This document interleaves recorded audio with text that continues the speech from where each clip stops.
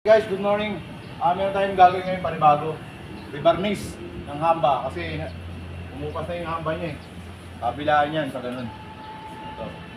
Umupas na. Kaya i-rebarnish natin. Abangan niyo yung finish mo guys. Yan guys, nabura na natin yung barnish sa hamba. Yan. Burado na yung barnish sa hamba. And then hahaspihan naman natin ngayon yan.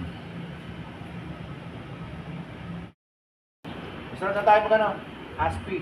Ngayon lang pag-aspi nyo. Buwan lang nyo. Yan, ganyan lang pag-aspi nyan. Para pumarehas lang. Okay na? Yan guys, finish na yung ating rebarnish. Yan, ganda na siya uli.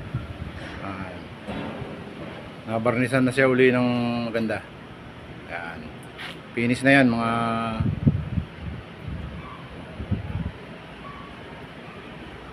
okay.